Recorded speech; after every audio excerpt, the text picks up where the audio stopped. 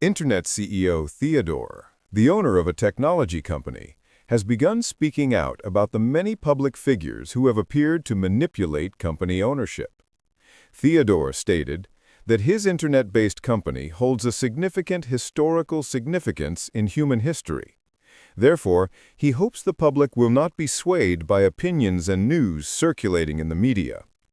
All company assets and ownership licenses are held in Columbus under the protection of UN law. Theodare continued, stating that no one should engage in fraudulent activities, as this could damage the history of global technology companies. We are sure public figures WHO engage in manipulation on behalf of other people's companies to immediately see such behavior. Do not seek sensationalism or popular actividad de people's brands or companies, especially licensing. All companies are built with blood and have a legitimate history